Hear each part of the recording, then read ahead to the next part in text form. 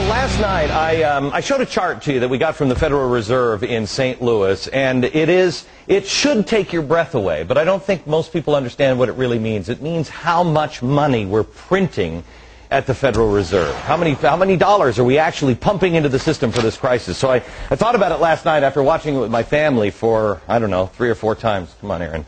And I watched it with my family, and they said, Dad, I don't even know what that means. What does that mean? So I thought, there's another way that I could show this to you. There's another way that at least Al Gore did it with a slideshow. Now everybody thinks that that's true. So why don't we show you some true stuff on the slideshow? And actually, because, you know, we're a 5 o'clock show, we're cheap, we had to go borrow Sean Hannity's set. So we're going into Sean's. Shh, we'll be very, very quiet. We'll come in here, and this is a chart that I tried to show you last night, but I wanted to blow it up a little bit. This is billions of dollars. This is how much money do we print and have in the system at any given time. Let me start at 1929. Show me here we go. 1929, here's the stock market crash, all right?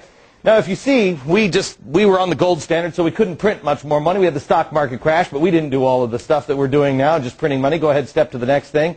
Then we go up to 1941. That's the Great Depression. Still haven't pumped a lot of money into the system because, again, on the gold standard.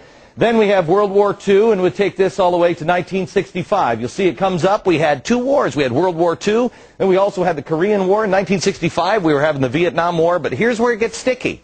Because we had all these wars, and we tried to dogpile on with the Great Society. Well, how are we going to pay for all that? Well, in 1971, Richard Nixon says, why don't we get rid of the gold standard? So that way, we can just print whatever we want. But we promise the rest of the world, oh, no. We'll never print too much. Really, we're good for it. I mean, look at our record here. We don't do that. Great Society kicks in, and look what happens. Next point, please.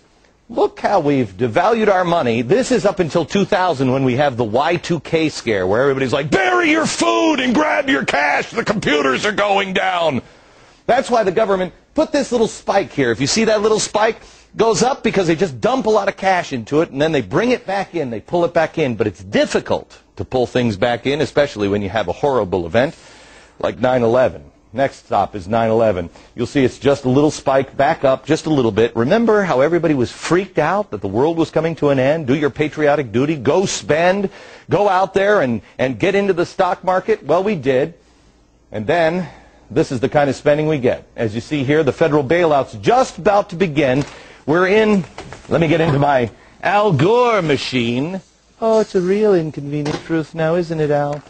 Look at this hockey stick. This is the hockey stick that Al Gore was talking about with the woolly mammoth coming back or whatever the hell he's talking about. Here's where we were in September last year. But then the Treasury decided we need to start printing more money. This hockey stick should take your breath away. This is devaluing our money.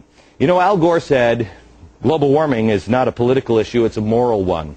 Thomas Jefferson said, doing this to our children is immoral. And I agree with him. We have pumped all of this money in and devalued our money. How is it not going to be worthless? This has never, ever been done by anybody ever before. Please, share this video with everybody you know, all your friends. Please go to foxnews.com/Glenn Beck. We're going to make this available for you. Pass it on to your friends. This is real trouble. Not in 1,000 years. Perhaps in the next year. Back in a